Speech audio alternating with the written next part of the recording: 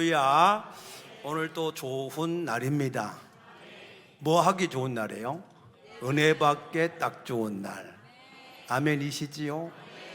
오늘 또 우리 주의 은혜로 복되고 행복한 성일이 되어지시기를 축복합니다.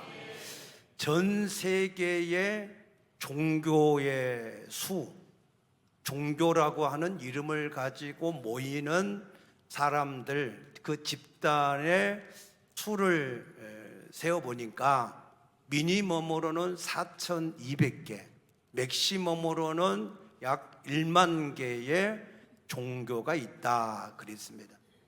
그 중에서도 4대 종교, 그리고 그 종교인들의 수를 집계를 해놓은 거 보니까 기독교 안에는 우리 개신교, 카톨릭, 그리고 동방정교회, 이렇게 이 사람들이 기독교 안에 속해 있는 사람들인데, 이 사람들은 숫자가 26억 4천만 정도 된다 그래요. 가장 종교인의 수로는 많습니다. 두 번째가 이슬람인데, 이슬람 안에도 수니파가 있고 시아파가 있어요. 수니파는 조금 순하고 시아파는 조금 사납습니다. 근데 사우디아라비아가 수니파의 종주국이고 시아파는 지금 이란이 종주국입니다. 그래서 이 이슬람은 20억 6천만, 우리 기독교를 거의 따라오려고 그럽니다. 이 사람들은 자연 증가가 많아요. 이 사람들은 법적으로 아내를 4명씩 두어요. 그래서 계속해서 생산을 해내니까 가만히 있어도 자고 일어나면 숫자가 늘어나는 거예요. 우리 그리스도인들이요, 전도를 못하면 자연 생산이라도 하셔야 됩니다. 사라는 90세에 이삭을 낳았다는 거 아니에요? 소망을 가지시기 바랍니다. 그 다음에가 힌두교인데 11억 2천만, 불교가 5억 3천만, 나는 무신론자다, 무교가 한 10억 명, 그리고 민속 종교로 섬기는 중국 사람들이 한 4억, 아프리카 사람들이 한 3억, 그리고 유대교는 한 1,500만 명. 그런데 지금 전 세계를 들었다 놨다 누가 그래요? 유대인들이. 왜? 그들은 살아계신 하나님을 믿으니까. 믿습니까? 그런데 이런 종교를 세부적으로 그 분파를 보면은요, 그 숫자를 몇십만이 되는지 헤아릴 수 없을 정도로 많습니다. 예를 들면 우리 기독교의 종파도 가톨릭, 개신교, 이게 종교의 그 종파들이 세분화되어져 있는 것이 한 5만이 넘는다 그래요. 그러면 이처럼 많은 교회 종파들이 있는데 과연 어느 곳에 진리가 있는지, 참된 진리는 과연 어느 교회에 있는지를 우리가 어떻게 알 수가 있을까라고 하는 질문을 하고 싶겠지, 그죠? 거기에 대해서 하나님이 이렇게 정확하게 다 말씀하셨습니다. 기록되어진 말씀을 가지고 예수님이 하나님의 아들 그리스도이신 것을 증거하는 곳이 진짜다. 맞습니까? 왜냐하면 요한복음 5장 39절에 모든 성경은 예수님에 관해 기록됐다 그러셨고, 누가복음 24장 44절에도 모세가 전한 율법과 선지자의 글과 모든 시편이 나에 대해서 증거를 한다 그러셨고, 요한복음 20장 31절에도 이 말씀을 기록한 것은 예수가 하나님의 아들 그리스도이신 것을 믿고 그 이름으로 생명을 얻게 하기 위해서 기록되어졌다라고 말씀하셨기 때문에, 그래서 성경은 처음부터 끝까지 오직 예수님만 증거하는 말씀인 줄로 믿으시기 바랍니다. 그래서 요한 1서 4장 1절에 보면 사랑하는 자들아 영을 다 믿지 말고 오직 영들이 하나님께 속하였는가를 분별하라. 분별. 왜 그러냐면은 지금 사도 요한이 살아 있을 때에 거짓 선지자가 너무 세상에 많이 나왔다는 거예요. 그러면은 어떤 영이 진짜 영이냐, 하나님께 속한 영이냐 하면은 요한일서 4장 2절에 예수님이 육체로 우리 가운데 오신 것을 믿는 자마다 하나님께 속한 영이고, 그것을 믿지 않는 자는 적그리스도의 영이다 그랬습니다. 무슨 말이냐면, 예수님, 우리 가운데 육체로 와서 계신 그 예수님을 보니까 이 예수님은 나를 창조하신 하나님이시구나, 내 죄를 담당하시는 구세주이시구나, 이렇게 믿어지는 사람은 하나님에 속한 영. 이것이 안 믿어지는 사람들은 하나님께 속한 영이 아닌 적그리스도의 영에 속한 사람이다 하신 말씀을 믿으시기 바랍니다. 그래서 갈라디아서 1장 7절에 보면은 다른 복음은 없다 그랬어요. 다만 어떤 사람들이 너희를 교란하게 하여 그리스도의 복음을 변하게 하려고 하는 것들 뿐이지 예수 그리스도 외에는 다른 복음이 분명히 없다라고 말씀을 하셨습니다. 그럼에도 불구하고 사도행전 15장 1절에 보면은 어떤 사람들은 예수만 믿고 구원받은 것이 아니고 할례를 받아야만 구원을 받는다, 이렇게 자기들만 생각하는 게 아니라 온 사방에 다니면서 그런 얘기를 하는 사람들이 있다라고 했습니다. 갈라디아서 5장 11절에 보면은 사도 바울은 유대인들한테 많은 핍박을 받았다 그랬어요. 왜 유대인들이 사도 바울을 핍박했느냐? 사도 바울이 예수님만 믿으면 죄를 사함받고 하나님 자녀가 될 수 있다라고 하는 말씀을 전하니까 유대인들은 뭘 중요하게 여겨요? 할례. 왜 그렇습니까? 창세기 17장 13, 14절에 보면 하나님이 아브라함에게 너에게 속한 모든 사람은 다 너희들 자녀든 아니면은 외국인이든 아니면은 노예로 사온 사람이든 누구든지 간에 다 할례를 받아야 된다. 이 할례를 받지 아니하면 하나님의 백성에서 끊어진다라고 하신 이 언약을 그들이 중요하게 여기서 그래서 할례를 받아야 된다. 예수를 믿는 것도 좋은데 그래도 할례를 받아야 하나님 백성이 되는 것이지 어떻게 할례를 안 받은 이방 사람들이 어떻게 하나님의 자녀가 될 수가 있겠냐라고 그것을 증거하는 바울을 핍박을 엄청 따라다니면서 했어요. 그런데 사도 바울이 거기에 대해서 뭐라고 얘기하느냐? 갈라디아서 5장 3절에 보면 만일 누구든지 할례를 받고자 하는 사람은 율법 전체를 지켜야 된다 그랬습니다. 왜 그렇습니까? 할례, 자기의 행위로 의로워지려고 하는 사람은 율법 전체를 다 지켜야 의로워지기 때문에 그렇다라고 말씀했습니다. 우리는 행위로 의롭다함을 받을 육체가 아무도 없습니다. 왜 그렇습니까? 우리 마음은 만물보다 부패가 되어 있어요. 썩어버렸어요. 그러니까 썩어진 것에서 의로운 것이 나올 수가 없습니다.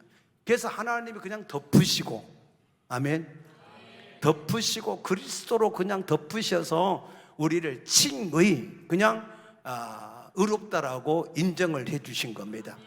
그래서 에베소서 2장 8절에 너희가 그 은혜에 의하여 믿음으로 말미암아 구원을 얻었나니 이것이 너에게서 난 것이 아니요 하나님이 뭐라고요? 선물, 기프트 선물이라는 거예요. 하나님이 우리에게 거저 주시는 선물이 은혜로 받은 구원인 것을 믿으시기 바랍니다. 거기에는 우리의 행위가 아무것도 단 이론도 손가락 하나 까딱하는 것도 아무것도 포함되지 않았습니다. 오직 있는 그대로 예수 그리스도가 우리를 가죽 옷을, 그리스도의 옷을 덮으시어서 의롭게 하시고 우리를 구원하신 것을 믿으시기 바랍니다. 그런데도 불구하고 마태복음 24장 4절에 보면 마지막 시대에는 미혹하는 일들이 계속해서 있을 것이다 그랬습니다. 그래서 많은 사람들이 예수님의 이름으로 와서 내가 그리스도다, 나를 믿어야 구원을 받는다 라고 많은 사람들을 미혹을 한다는 겁니다. 이렇게 믿어야 된다, 저렇게 믿어야 된다, 여러 가지 많은 말들을 많이 합니다. 말을 위해서 그리스도 이 이단들처럼 양내만 받으면 구원을 받을 수 없다, 침내 물속에 들어갔다 나와야 구원받을 수 있다, 이렇게 또 사람들을 미혹해서 이렇게 넘어지게 하고 있습니다. 심지어는 데살로니가 후서 2장 9절에 보면요, 능력, 표적 이런 기적들을 행하면서 죽은 사람을 살려요, 암을 막 치료해요, 어떤 가난한 사람을 부자를 하게 만들어요. 여러분들 어떤 사람이 죽은 사람도 살리고, 옛날에 전도관의 박태선 씨도 교통사고로 차에서 치여서 죽은 사람들 기도해서 막 살렸다 그러더라. 그걸 옆에 본 사람 얘기를 내가 들었어요. 그러니까 실질적인 많은 이단들 속에, 잘못된 속에도 얼마든지 기적과 표적이 많이 일어나요. 그런데 왜 일어나냐? 그 사람들은 진리를 믿지 아니하고 표적 나타나는 것을 좋아하기 때문에, 그래서 그런 사람들한테는 거짓을 보내서 미혹하게 만드신다라고 말씀을 하신 겁니다. 심지어는 요한계시록 13장 13절에 보니까 하늘에서 불을 내려, 여러분 어떤 사람이 기도해서 하늘에서 불을 내리면 여러분 그 사람이 진짜 하나님의 사람인 줄로 생각하지 않겠습니까? 그러나 여러분, 그럼에도 불구하고 거기에 속으시면 안 됩니다. 그래서 진짜 복음이 뭐냐, 진짜 구원이 뭐냐 하면은, 예수를 믿었을 때 우리 가운데 하나님의 영, 그리스도의 영이 내 가운데 오셔야 돼요. 맞습니까? 고린도서 13장 5절에 너희가 믿음 안에 있는가 너희 자신을 시험하고 확증해라. 그리스도 예수께서 너희 가운데 계신 것을 알지 못하면 버림받은 사람이다. 왜 그러냐? 에베소서 1장 13절에 우리가 그 구원의 복음을 듣고 믿어 하나님이 예수를 믿고 구원을 받았다라고 하는 증거로 성령으로 인을 치셨다. 인. 그래서 누구든지 성령이 그 가운데 계신 것을 알지 못하면 그 사람은 버림을 받은 사람입니다. 그러면 어떻게 믿어야 성령이 내 가운데 오시느냐? 마태복음 16장 16절의 말씀처럼 예수님을 누구라고 믿느냐 했을 때 주는 그리스도시요 살아계신 하나님의 아들이십니다. 예수님은 나를 창조하신 하나님이요 내 죄악을 담당하신 구세주이십니다. 그렇게 마음으로 믿고 그 예수님을 자기의 주인, 키리오스, 나의 주인으로 영접을 하셔야, 그래야 하나님의 성령으로 그 사람 속에 내주하는 것을 믿으시기 바랍니다.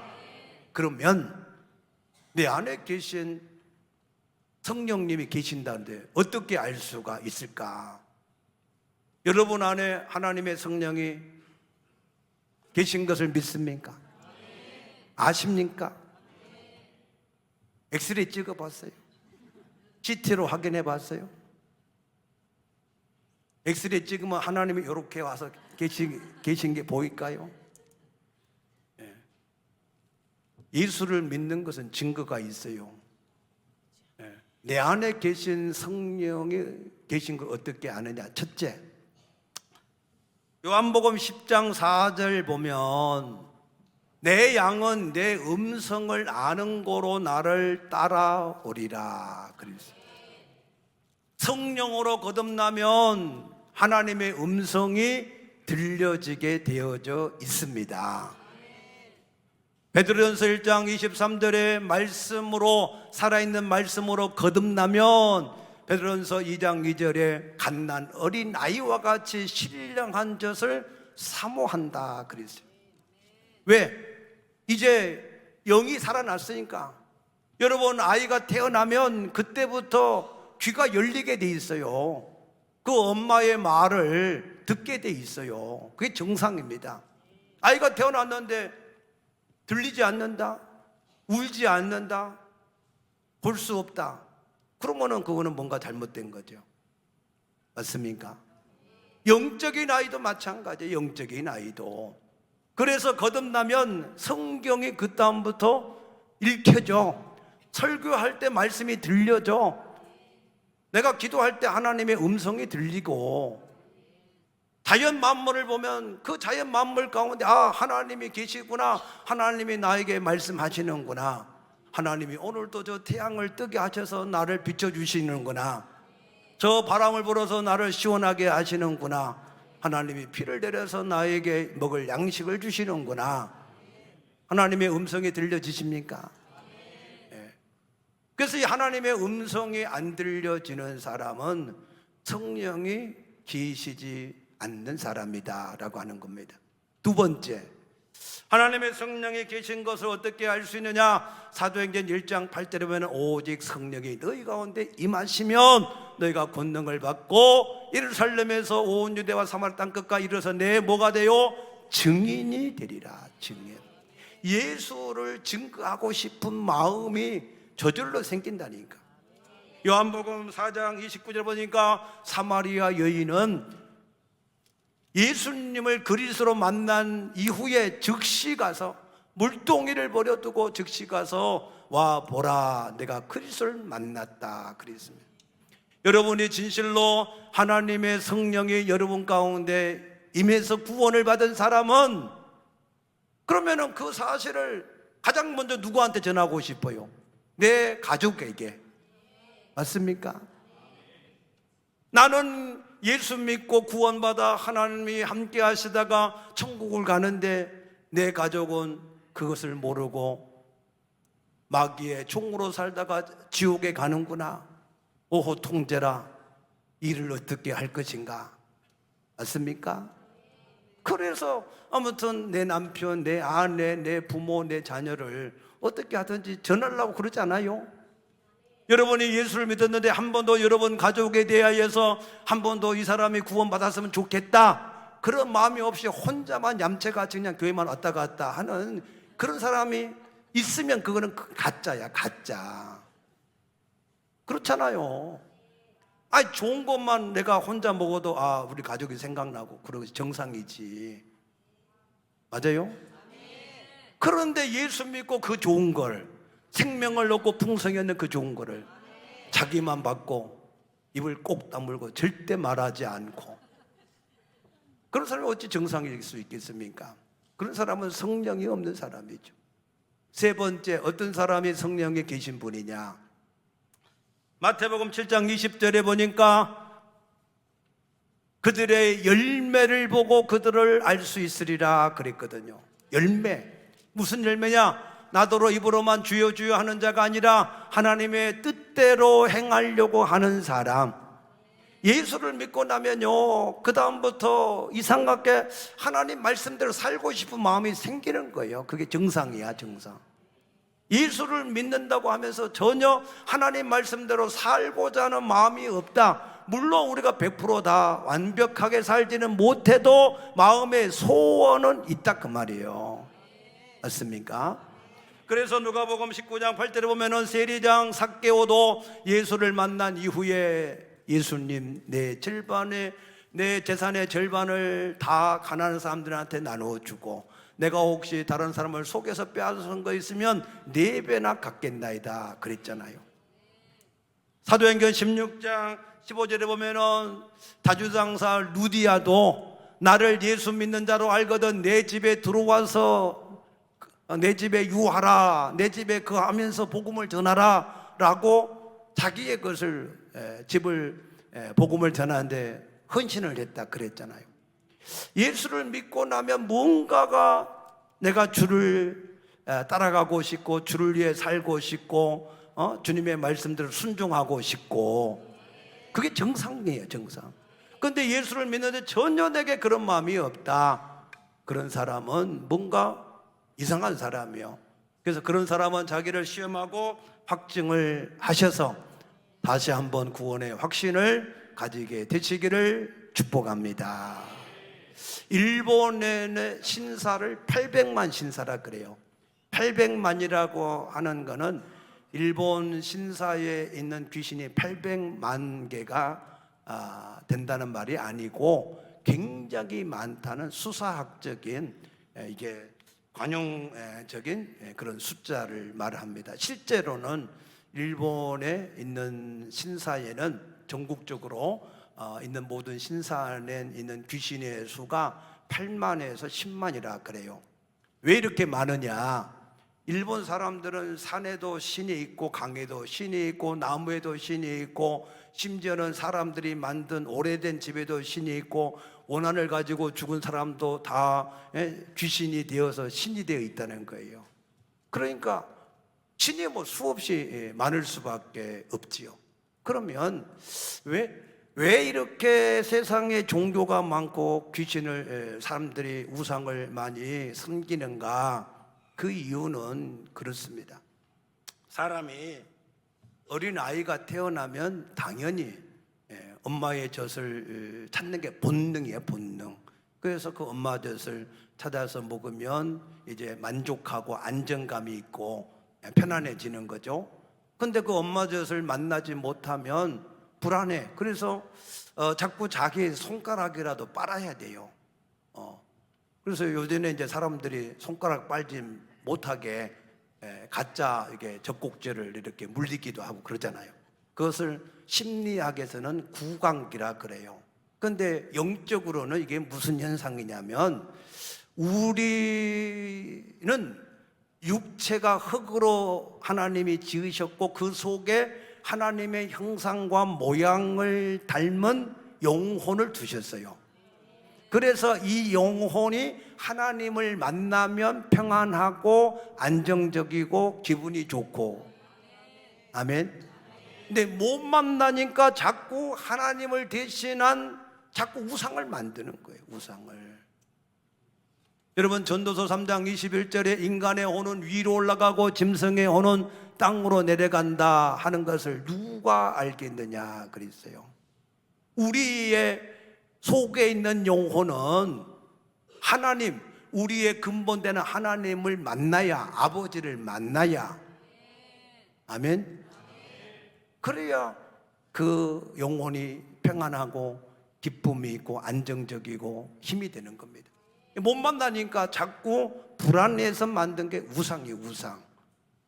이 우상이라고 하는 것이 어떤 것인지 성경에 우상의 이 모형에 대해서 설명을 하는 것이 몇 군데 있는데, 첫째는 이사야 44장 15절에서 17절 보면 나무 한 토막이 있는데 이걸 3등분 해가지고 한 등분은 불 떼면서 아이고 따뜻하다 그러고, 또 한 토막은 고기 구워서 맛있다 그러고, 나머지 한 토막으로 너는 신상을 만들어 놓고 너는 내 신이니까 나를 구원하라 이렇게 하는 게 그게 우상이라 그랬어요. 우상.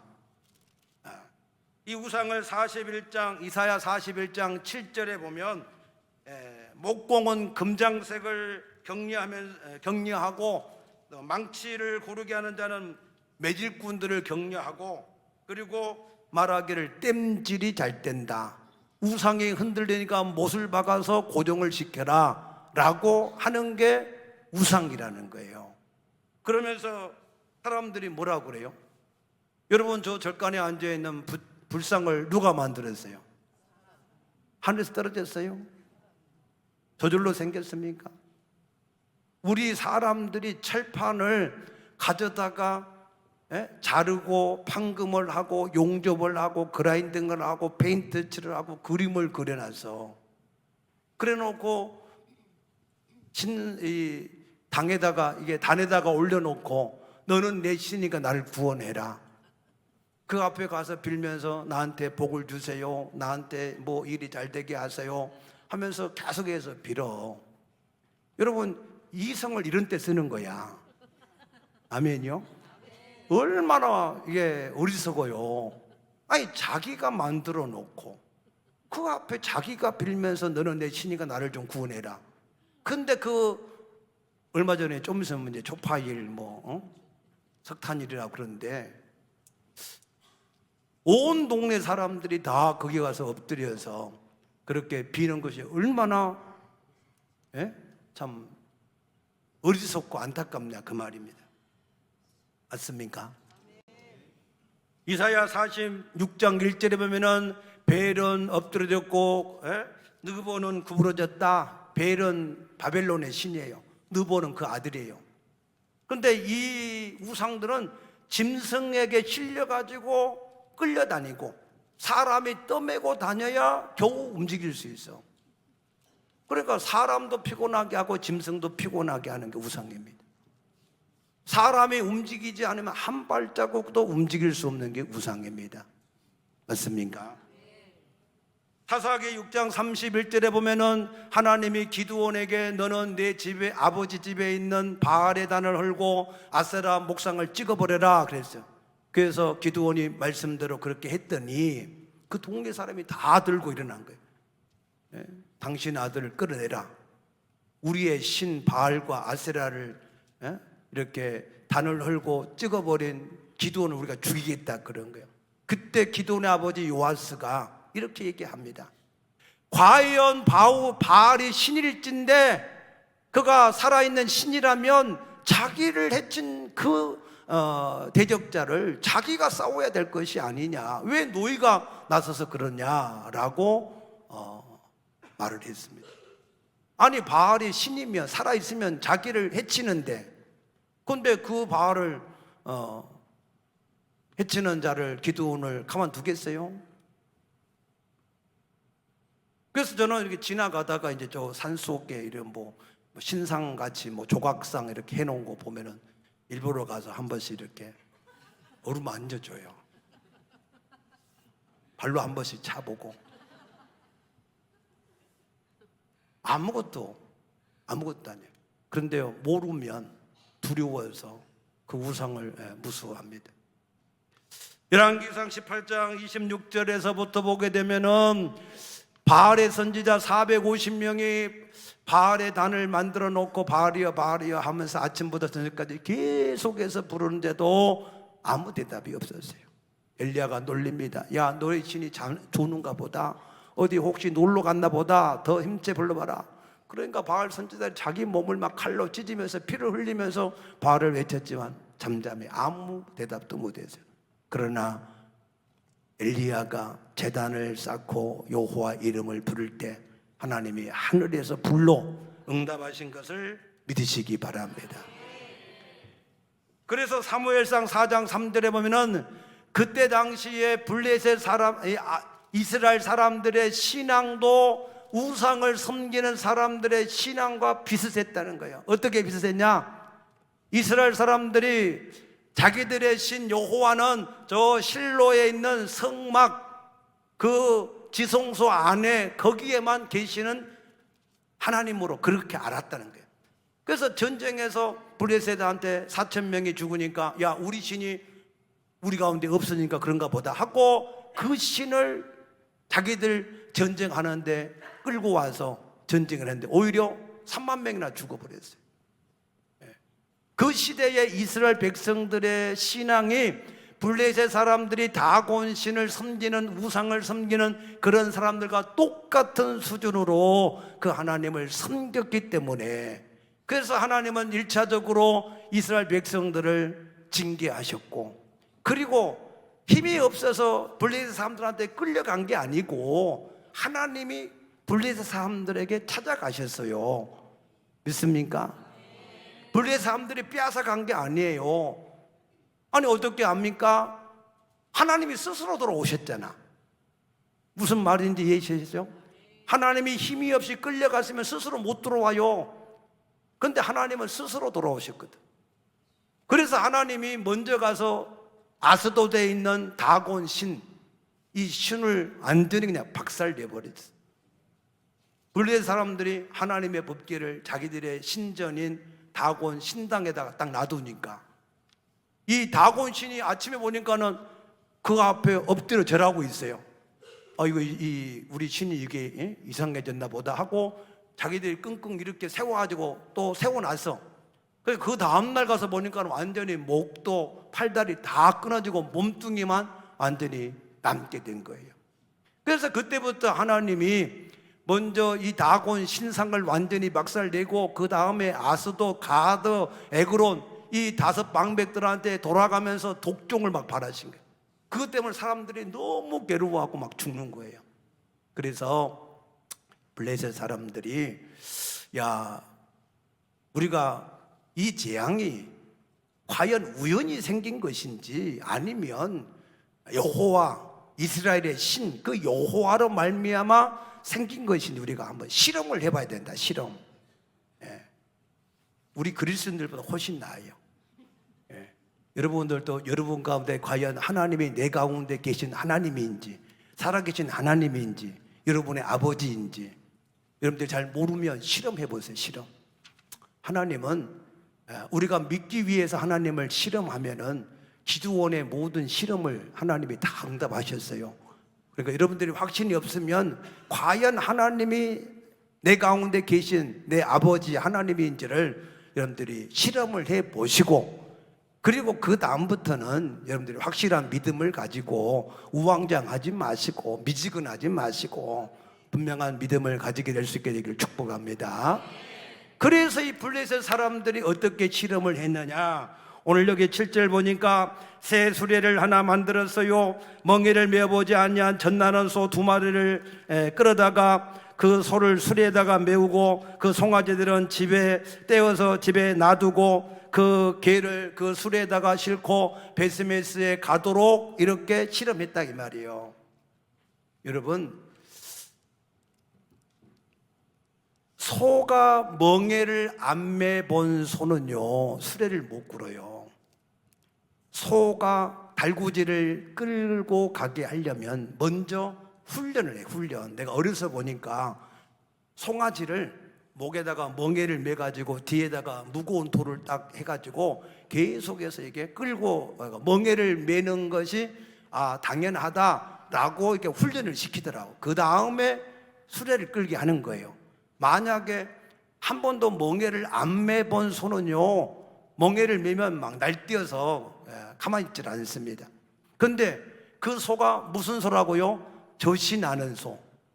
새끼를 낳은 지 얼마 안 됐어. 새끼가 있어요. 근데 그 새끼는 집에다가 놔둬. 그리고 소가 그 새 수레를 메고 베스메스로 가요. 혼자 가는 게 아니야. 소 2마리가 가. 똑같은 소가 2마리가 사이좋게 의논해가지고 야 우리가 빨리 가자. 그랬을까? 이게 짐승들은 그게 안 돼. 사람도 잘 안 되는데. 그러니까 도무지 불가능한 일을 시험한 거야.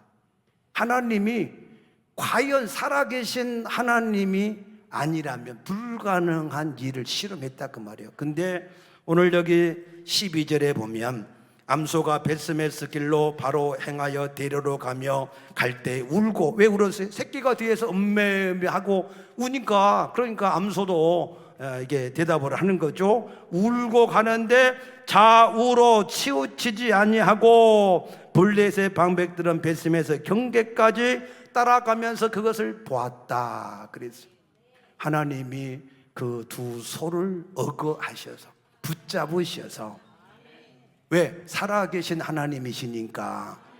그래서 그 일을 하는 것을 블레셋 사람들이 보았다 그랬어요.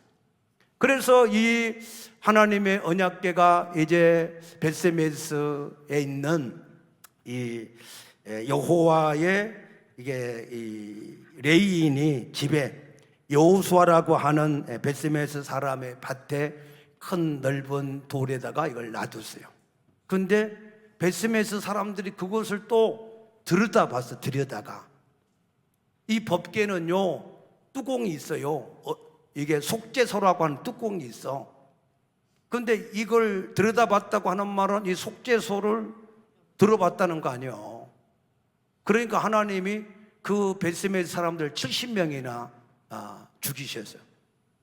왜냐하면 하나님은 우상과 같은 그런 하나님이 아닌데 사람들이 자꾸 우상과 같은 그런 하나님으로 생각하고 그런 수준으로 섬기기 때문에 하나님이 나는 그런 하나님이 아니다 라고 하나님이 그 모든 이스라엘 사람, 블레셋 사람, 베스메 사람들에게 증거 안 줄로 믿으시기 바랍니다. 제발 좀 깨닫게 되시기를 축복합니다. 그래서 이사야 46장 5절에 보면 너희가 나를 누구에게 비기며 누구와 짝하며 누구와 비교하겠다 하겠느냐 그랬어요. 하나님은 다르다는 거예요.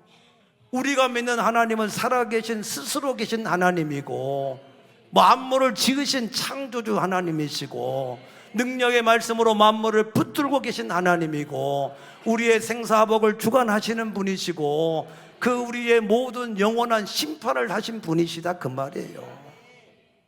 있습니까? 여러분이 하나님을 잘 모를 것 같으면 이렇게 생각하세요.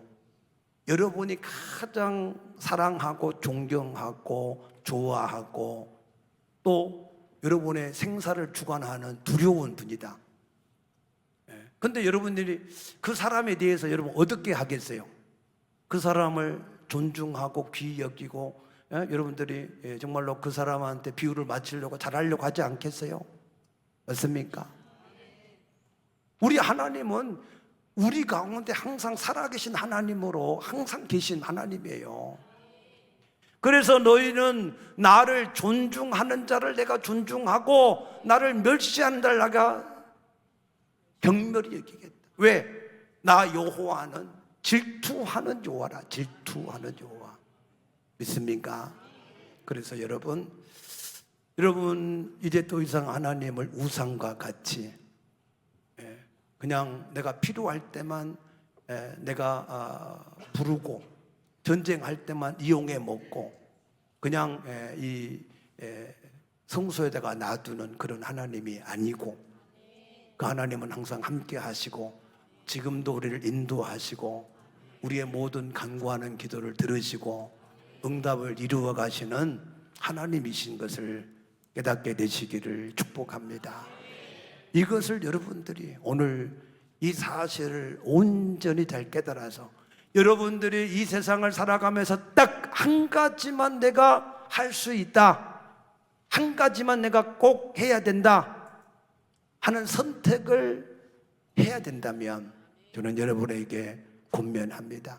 하나님과의 관계를 잘하기를 선택하시기 바랍니다.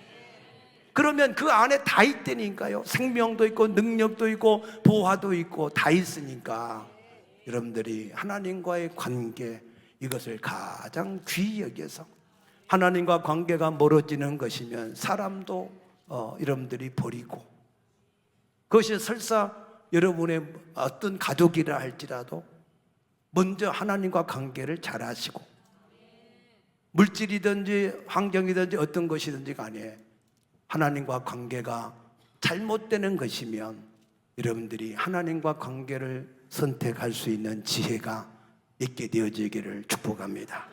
기도하겠습니다. 감사합니다. 오늘도 살아계셔서 함께 하시고 인도해 가시는 주님을 바라보고 찬양하며 감사합니다. 우리 모든 성도들 이 사실을 알게 하여 주시옵소서. 감사하며 예수님 이름으로 간절히 기도드리옵나이다. 아멘.